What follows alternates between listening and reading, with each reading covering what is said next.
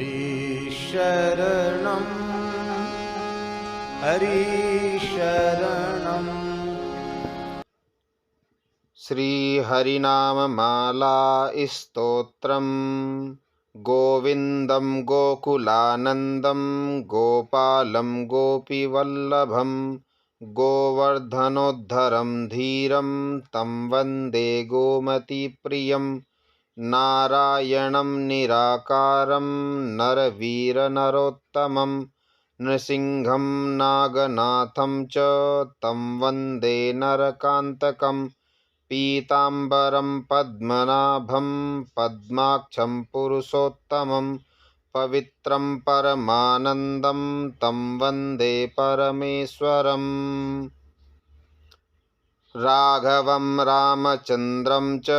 रावणारिं रमापतिं राजीवलोचनं रामं तं वन्दे रघुनन्दनं वामनं विश्वरूपं च वासुदेवं च विठ्ठलं विश्वेश्वरं विभुं व्यासं तं वन्दे वेदवल्लभं दामोदरं दिव्यसिंहं दयालुं दीननायकं दैत्यारिं देवदेवेशं तं वन्दे देवकीसुतं मुरारिं माधवं मत्स्यं मुकुन्दं मुष्टिमर्दनं मुञ्जकेशं महाबाहुं तं वन्दे मधुसूदनं केशवं कमलाकान्तं कामेशं कौस्तुभप्रियं कौमोदकीधरं कृष्णं तं वन्दे कौरवान्तकं भूधरं भुवनानन्दं भूतेशं भूतनायकं भावनैकं भुजङ्गेशं तं वन्दे भवनाशनं जनार्दनं जगन्नाथं जगज्जाड्यविनाशकं जामदग्न्यं परं ज्योतिस्तं वन्दे जलशायिनं चतुर्भुजं चिदानन्दं मल्लचाणूरमर्दनं चराचरगतं देवं तं वन्दे चक्रपाणिनं श्रियःकरं श्रियोनाथं श्रीधरं श्रीवरप्रदं श्रीवत्सलधरं सौम्यं तं वन्दे श्रीसुरेश्वरम् अनन्तमादिपुरुषम् अच्युतं च वरप्रदम् आनन्दं च सदानन्दं तं वन्दे चाघनाशनं लीलया धृतभूभारं लोकसत्त्वैकवन्दितं लोकेश्वरं च श्रीकान्तं तं वन्दे लक्ष्मणप्रियं हरिं च हरिणाक्षं च हरिनाथं हरप्रियं हलायुधसहायं च तं वन्दे हनुमत्पतिम् हरिनामकृता माला पवित्रा पापनाशिनी बलिराजेन्द्रेण चोक्ता कण्ठे धार्या प्रयत्नतः गोविन्दं गोकुलानन्दं गोपालं गोपीवल्लभं गोवर्धनोद्धरं धीरं तं वन्दे गोमतीप्रियं नारायणं निराकारं नरवीरनरोत्तमं नृसिंहं नागनाथं च तं वन्दे नरकान्तकं पीताम्बरं पद्मनाभं पद्माक्षं पुरुषोत्तमं पवित्रं परमानन्दं तं वन्दे परमेश्वरम् राघवं रामचन्द्रं च रावणारिं रमापतिं राजीवलोचनं रामं तं वन्दे रघुनन्दनं वामनं विश्वरूपं च वासुदेवं च विठ्ठलं विश्वेश्वरं विभुं व्यासं तं वन्दे वेदवल्लभं दामोदरं दिव्यसिंहं दयालुं दीननायकं दैत्यारिं देवदेवेशं तं वन्दे देवकीसुतं मुरारिं माधवं मत्स्यं मुकुन्दं मुष्टिमर्दनं मुञ्जकेशं महाबाहुं तं वन्दे मधुसूदनं केशवं कमलाकान्तं कामेशं कौस्तुभप्रियं कौमोदकीधरं कृष्णं तं वन्दे कौरवान्तकं भूधरं भुवनानन्दं भूतेशं भूतनायकं भावनैकं भुजङ्गेशं तं वन्दे भवनाशनं जनार्दनं जगन्नाथं जगज्जाड्यविनाशकं जामदग्न्यं परं ज्योतिस्तं वन्दे जलशायिनं चतुर्भुजं चिदानन्दं मल्लचाणूरमर्दनं चराचरगतं देवं तं वन्दे चक्रपाणिनं श्रियःकरं श्रियोनाथं श्रीधरं श्रीवरप्रदं श्रीवत्सलधरं सौम्यं तं वन्दे श्रीसुरेश्वरम् अनन्तमादिपुरुषम् अच्युतं च वरप्रदम् आनन्दं च सदानन्दं तं वन्दे चाघनाशनं लीलया धृतभूभारं लोकसत्त्वैकवन्दितं लोकेश्वरं च श्रीकान्तं तं वन्दे लक्ष्मणप्रियं हरिं च हरिणाक्षं च हरिनाथं हरप्रियं हलायुधसहायं च तं वन्दे हनुमत्पतिम् हरिनामकृता माला पवित्रा पापनाशिनी बलिराजेन्द्रेण चोक्ता कण्ठे धार्या प्रयत्नतः गोविन्दं गोकुलानन्दं गोपालं गोपीवल्लभं गोवर्धनोद्धरं धीरं तं वन्दे गोमतीप्रियं नारायणं निराकारं नरवीरनरोत्तमं नृसिंहं नागनाथं च तं वन्दे नरकान्तकं पीताम्बरं पद्मनाभं पद्माक्षं पुरुषोत्तमं पवित्रं परमानन्दं तं वन्दे परमेश्वरम् राघवं रामचन्द्रं च रावणारिं रमापतिं राजीवलोचनं रामं तं वन्दे रघुनन्दनं वामनं विश्वरूपं च वासुदेवं च विठ्ठलं विश्वेश्वरं विभुं व्यासं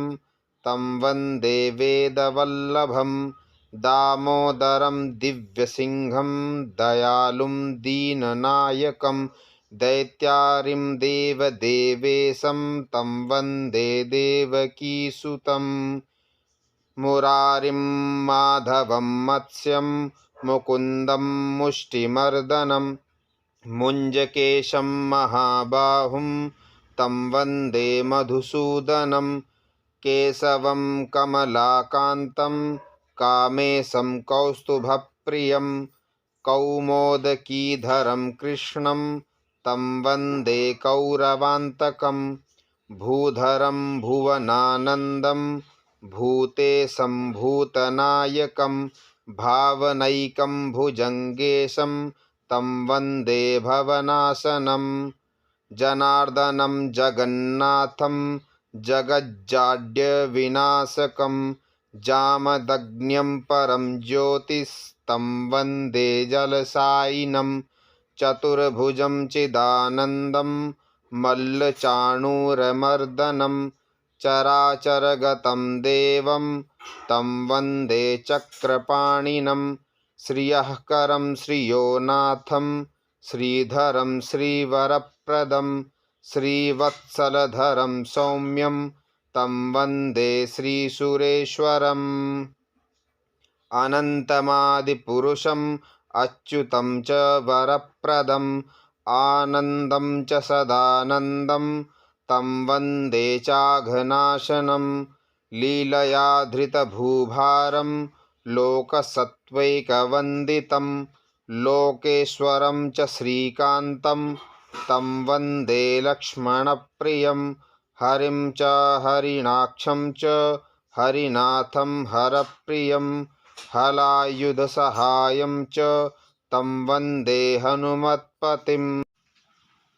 हरिनामकृता माला पवित्रा पापनाशिनी बलिराजेन्द्रेण चोक्ता कण्ठे धार्या प्रयत्नतः। गोविन्दं गोकुलानन्दं गोपालं गोपीवल्लभं गोवर्धनोद्धरं धीरं तं वन्दे गोमतीप्रियं नारायणं निराकारं नरवीरनरोत्तमं नृसिंहं नागनाथं च तं वन्दे नरकान्तकं पीताम्बरं पद्मनाभं पद्माक्षं पुरुषोत्तमं पवित्रं परमानन्दं तं वन्दे परमेश्वरम्। राघवं रामचन्द्रं च रावणारिं रमापतिं राजीवलोचनं रामं तं वन्दे रघुनन्दनं वामनं विश्वरूपं च वासुदेवं च विठ्ठलं विश्वेश्वरं विभुं व्यासं तं वन्दे वेदवल्लभं दामोदरं दिव्यसिंहं दयालुं दीननायकं दैत्यारिं देवदेवेशं तं वन्दे देवकीसुतं मुरारिं माधवं मत्स्यं मुकुन्दं मुष्टिमर्दनं मुञ्जकेशं महाबाहुं तं वन्दे मधुसूदनं केशवं कमलाकान्तं कामेशं कौस्तुभप्रियं कौमोदकीधरं कृष्णं तं वन्दे कौरवान्तकं भूधरं भुवनानन्दं भूतेशं भूतनायकं भावनैकं भुजङ्गेशं तं वन्दे भवनाशनं जनार्दनं जगन्नाथं जगज्जाड्यविनाशकं जामदग्न्यं परं ज्योतिस्तं वन्दे जलशायिनं चतुर्भुजं चिदानन्दं मल्लचाणूरमर्दनं चराचरगतं देवं तं वन्दे चक्रपाणिनं श्रियःकरं श्रियोनाथं श्रीधरं श्रीवरप्रदं श्रीवत्सलधरं सौम्यं तं वन्दे श्रीसुरेश्वरम्। अनन्तमादिपुरुषम् अच्युतं च वरप्रदम् आनन्दं च सदानन्दं तं वन्दे चाघनाशनं लीलया धृतभूभारं लोकसत्त्वैकवन्दितं लोकेश्वरं च श्रीकान्तं तं वन्दे लक्ष्मणप्रियं हरिं च हरिणाक्षं च हरिनाथं हरप्रियं हलायुधसहायं च तं वन्दे हनुमत्पतिम्। हरिनामकृता माला पवित्रा पापनाशिनी बलिराजेन्द्रेण चोक्ता कण्ठे धार्या प्रयत्नतः। गोविन्दं गोकुलानन्दं गोपालं गोपीवल्लभं गोवर्धनोद्धरं धीरं तं वन्दे गोमतीप्रियं नारायणं निराकारं नरवीरनरोत्तमं नृसिंहं नागनाथं च तं वन्दे नरकान्तकं पीताम्बरं पद्मनाभं पद्माक्षं पुरुषोत्तमं पवित्रं परमानन्दं तं वन्दे परमेश्वरम्। राघवं रामचन्द्रं च रावणारिं रमापतिं राजीवलोचनं रामं तं वन्दे रघुनन्दनं वामनं विश्वरूपं च वासुदेवं च विठ्ठलं विश्वेश्वरं विभुं व्यासं तं वन्दे वेदवल्लभं दामोदरं दिव्यसिंहं दयालुं दीननायकं दैत्यारिं देवदेवेशं तं वन्दे देवकीसुतं मुरारिं माधवं मत्स्यं मुकुन्दं मुष्टिमर्दनं मुञ्जकेशं महाबाहुं तं वन्दे मधुसूदनं केशवं कमलाकान्तं कामेशं कौस्तुभप्रियं कौमोदकीधरं कृष्णं तं वन्दे कौरवान्तकं भूधरं भुवनानन्दं भूतेशं भूतनायकं भावनैकं भुजङ्गेशं तं वन्दे भवनाशनं जनार्दनं जगन्नाथं जगज्जाड्यविनाशकं जामदग्न्यं परं ज्योतिस्तं वन्दे जलशायिनं चतुर्भुजं चिदानन्दं मल्लचाणूरमर्दनं चराचरगतं देवं तं वन्दे चक्रपाणिनं श्रियःकरं श्रियोनाथं श्रीधरं श्रीवरप्रदं श्रीवत्सलधरं सौम्यं तं वन्दे श्रीसुरेश्वरम् अनन्तमादिपुरुषम् अच्युतं च वरप्रदम् आनन्दं च सदानन्दं तं वन्दे चाघनाशनं लीलया धृतभूभारं लोकसत्त्वैकवन्दितं लोकेश्वरं च श्रीकान्तं तं वन्दे लक्ष्मणप्रियं हरिं च हरिणाक्षं च हरिनाथं हरप्रियं हलायुधसहायं च तं वन्दे हनुमत्पतिम् हरिनामकृता माला पवित्रा पापनाशिनी बलिराजेन्द्रेण चोक्ता कण्ठे धार्या प्रयत्नतः गोविन्दं गोकुलानन्दं गोपालं गोपीवल्लभं गोवर्धनोद्धरं धीरं तं वन्दे गोमतीप्रियं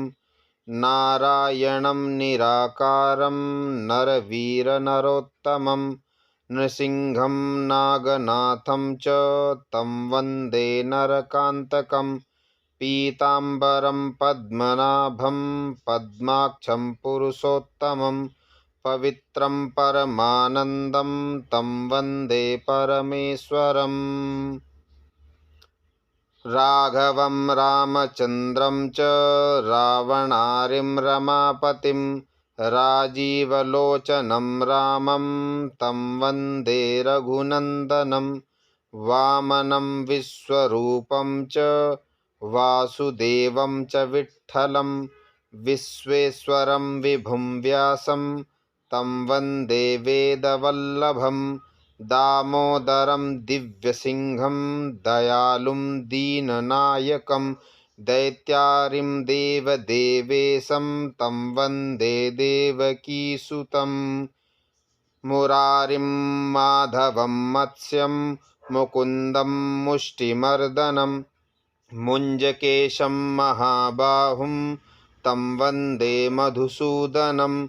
केशवं कमलाकान्तं कामेशं कौस्तुभप्रियं कौमोदकीधरं कृष्णं तं वन्दे कौरवान्तकं भूधरं भुवनानन्दं भूतेशं भूतनायकं भावनैकं भुजङ्गेशं तं वन्दे भवनाशनं जनार्दनं जगन्नाथं जगज्जाड्यविनाशकं जामदग्न्यं परं ज्योतिस्तं वन्दे जलशायिनं चतुर्भुजं चिदानन्दं मल्लचाणूरमर्दनं चराचरगतं देवं तं वन्दे चक्रपाणिनं श्रियःकरं श्रियोनाथं श्रीधरं श्रीवरप्रदं श्रीवत्सलधरं सौम्यं तं वन्दे श्रीसुरेश्वरम् अनन्तमादिपुरुषम् अच्युतं च वरप्रदम् आनन्दं च सदानन्दं तं वन्दे चाघनाशनं लीलया धृतभूभारं लोकसत्त्वैकवन्दितं लोकेश्वरं च श्रीकान्तं तं वन्दे लक्ष्मणप्रियं हरिं च हरिणाक्षं च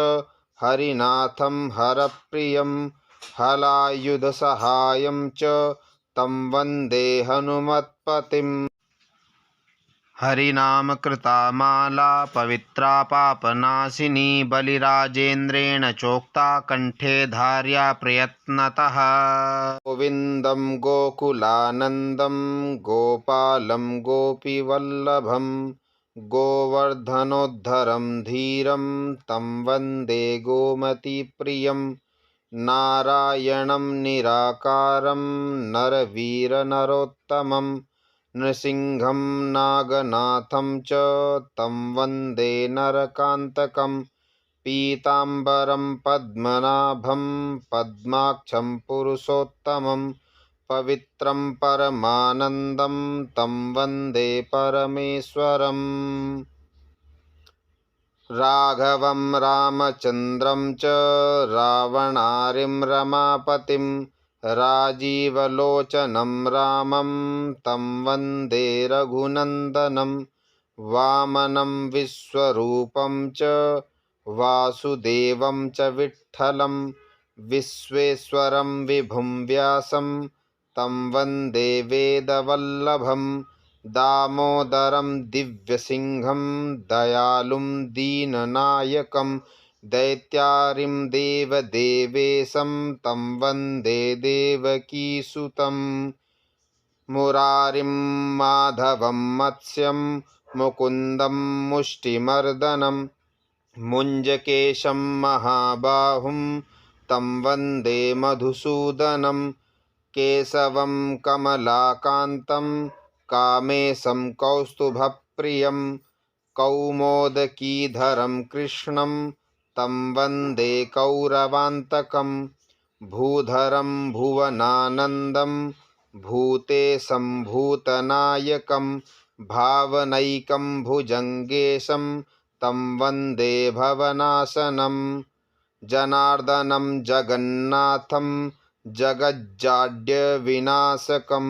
जामदग्न्यं परं ज्योतिस्तं वन्दे जलशायिनं चतुर्भुजं चिदानन्दं मल्लचाणूरमर्दनं चराचरगतं देवं तं वन्दे चक्रपाणिनं श्रियःकरं श्रियोनाथं श्रीधरं श्रीवरप्रदं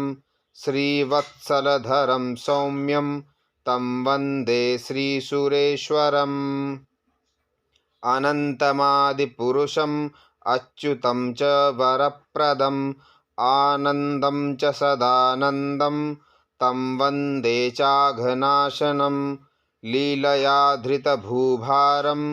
लोकसत्त्वैकवन्दितं लोकेश्वरं च श्रीकान्तं तं वन्दे लक्ष्मणप्रियं हरिं च हरिणाक्षं च हरिनाथं हरप्रियं हलायुधसहायं च तं वन्दे हनुमत्पतिम् हरिनामकृता माला पवित्रा पापनाशिनी बलिराजेन्द्रेण चोक्ता कण्ठे धार्या प्रयत्नतः गोविन्दं गोकुलानन्दं गोपालं गोपीवल्लभं गोवर्धनोद्धरं धीरं तं वन्दे गोमतीप्रियं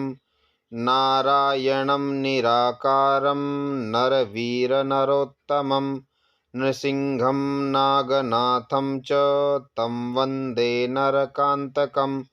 पीताम्बरं पद्मनाभं पद्माक्षं पुरुषोत्तमं पवित्रं परमानन्दं तं वन्दे परमेश्वरम् राघवं रामचन्द्रं च रावणारिं रमापतिं राजीवलोचनं रामं तं वन्दे रघुनन्दनं वामनं विश्वरूपं च वासुदेवं च विठ्ठलं विश्वेश्वरं विभुं व्यासं तं वन्दे वेदवल्लभं दामोदरं दिव्यसिंहं दयालुं दीननायकं दैत्यारिं देवदेवेशं तं वन्दे देवकीसुतं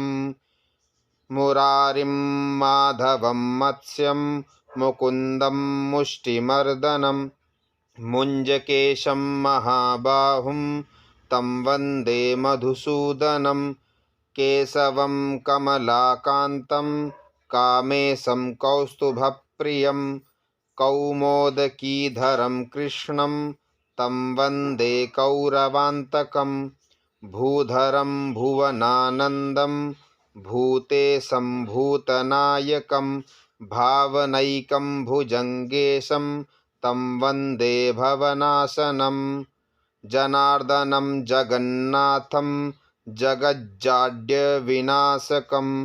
जामदग्न्यं परं ज्योतिस्तं वन्दे जलशायिनं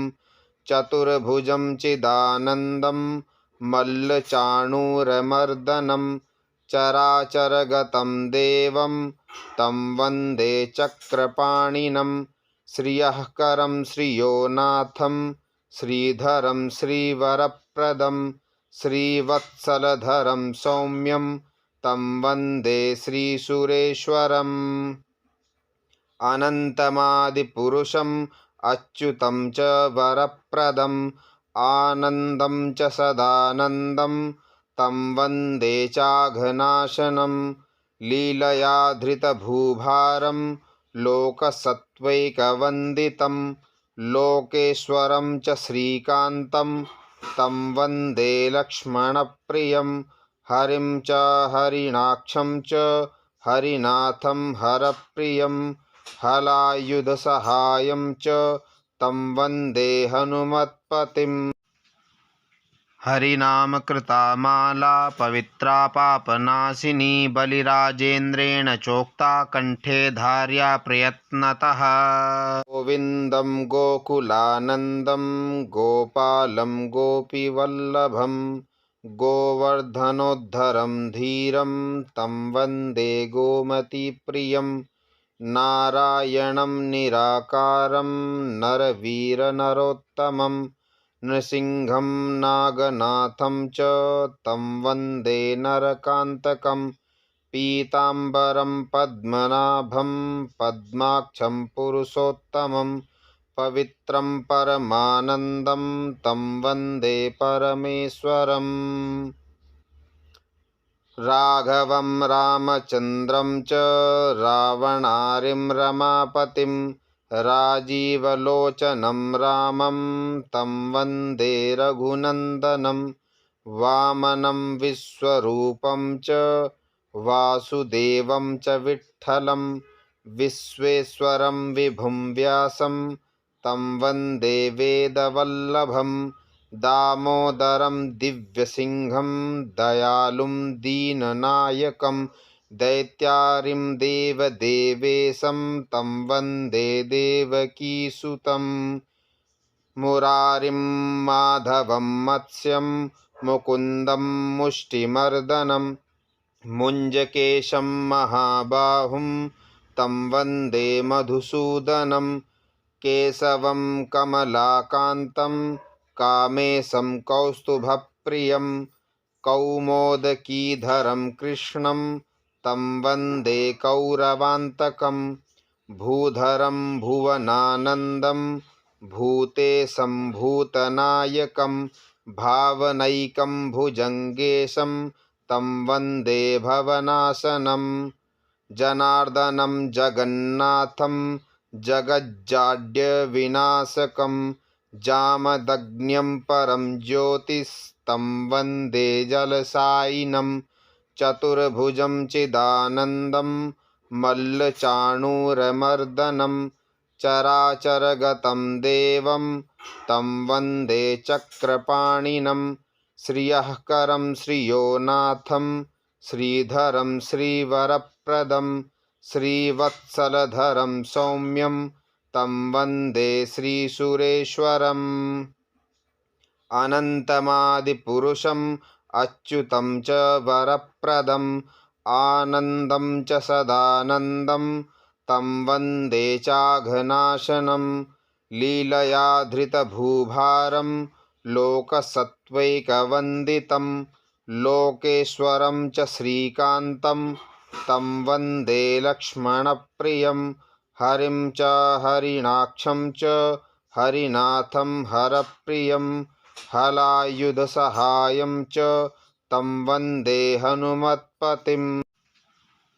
हरिनामकृता माला पवित्रा पापनाशिनी बलिराजेन्द्रेण चोक्ता कण्ठे धार्या प्रयत्नतः गोविन्दं गोकुलानन्दं गोपालं गोपीवल्लभं गोवर्धनोद्धरं धीरं तं वन्दे गोमतीप्रियं नारायणं निराकारं नरवीरनरोत्तमं नृसिंहं नागनाथं च तं वन्दे नरकान्तकं पीताम्बरं पद्मनाभं पद्माक्षं पुरुषोत्तमं पवित्रं परमानन्दं तं वन्दे परमेश्वरम् राघवं रामचन्द्रं च रावणारिं रमापतिं राजीवलोचनं रामं तं वन्दे रघुनन्दनं वामनं विश्वरूपं च वासुदेवं च विठ्ठलं विश्वेश्वरं विभुं व्यासं तं वन्दे वेदवल्लभं दामोदरं दिव्यसिंहं दयालुं दीननायकं दैत्यारिं देवदेवेशं तं वन्दे देवकीसुतं मुरारिं माधवं मत्स्यं मुकुन्दं मुष्टिमर्दनं मुञ्जकेशं महाबाहुं तं वन्दे मधुसूदनं केशवं कमलाकान्तं कामेशं कौस्तुभप्रियं कौमोदकीधरं कृष्णं तं वन्दे कौरवान्तकं भूधरं भुवनानन्दं भूतेशं भूतनायकं भावनैकं भुजङ्गेशं तं वन्दे भवनाशनं जनार्दनं जगन्नाथं जगज्जाड्यविनाशकं जामदग्न्यं परं ज्योतिस्तं वन्दे जलशायिनं चतुर्भुजं चिदानन्दं मल्लचाणूरमर्दनं चराचरगतं देवं तं वन्दे चक्रपाणिनं श्रियःकरं श्रियोनाथं श्रीधरं श्रीवरप्रदं श्रीवत्सलधरं सौम्यं तं वन्दे श्रीसुरेश्वरम् अनन्तमादिपुरुषम् अच्युतं च वरप्रदम् आनन्दं च सदानन्दं तं वन्दे चाघनाशनं लीलया धृतभूभारं लोकसत्त्वैकवन्दितं लोकेश्वरं च श्रीकान्तं तं वन्दे लक्ष्मणप्रियं हरिं च हरिणाक्षं च हरिनाथं हरप्रियं हलायुधसहायं च तं वन्दे हनुमत्पतिम् हरिनामकृता माला पवित्रा पापनाशिनी बलिराजेन्द्रेण चोक्ता कण्ठे धार्या प्रयत्नतः गोविन्दं गोकुलानन्दं गोपालं गोपीवल्लभं गोवर्धनोद्धरं धीरं तं वन्दे गोमतीप्रियं नारायणं निराकारं नरवीरनरोत्तमं नृसिंहं नागनाथं च तं वन्दे नरकान्तकं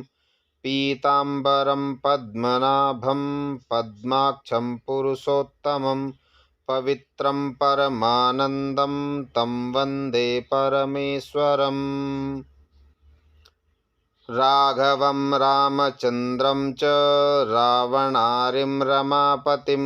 राजीवलोचनं रामं तं वन्दे रघुनन्दनं वामनं विश्वरूपं च वासुदेवं च विठ्ठलं विश्वेश्वरं विभुं व्यासं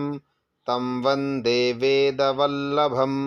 दामोदरं दिव्यसिंहं दयालुं दीननायकं दैत्यारिं देवदेवेशं तं वन्दे देवकीसुतं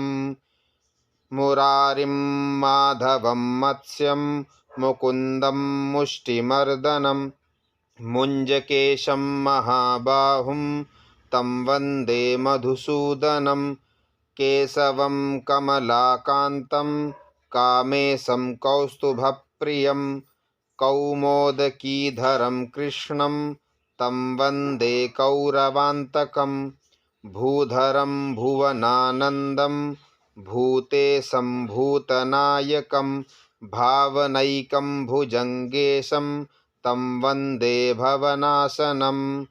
जनार्दनं जगन्नाथं जगज्जाड्यविनाशकं जामदग्न्यं परं ज्योतिस्तं वन्दे जलशायिनं चतुर्भुजं चिदानन्दं मल्लचाणूरमर्दनं चराचरगतं देवं तं वन्दे चक्रपाणिनं श्रियःकरं श्रियोनाथं श्रीधरं श्रीवरप्रदं श्रीवत्सलधरं सौम्यं तं वन्दे श्रीसुरेश्वरम् अनन्तमादिपुरुषम् अच्युतं च वरप्रदम् आनन्दं च सदानन्दं तं वन्दे चाघनाशनं लीलया धृतभूभारं लोकसत्त्वैकवन्दितं लोकेश्वरं च श्रीकान्तं तं वन्दे लक्ष्मणप्रियं हरिं च हरिणाक्षं च हरिनाथं हरप्रियं हलायुधसहायं च तं वन्दे हनुमत्पतिम् हरिनामकृता माला पवित्रा पापनाशिनी बलिराजेन्द्रेण चोक्ता कण्ठे धार्या प्रयत्नतः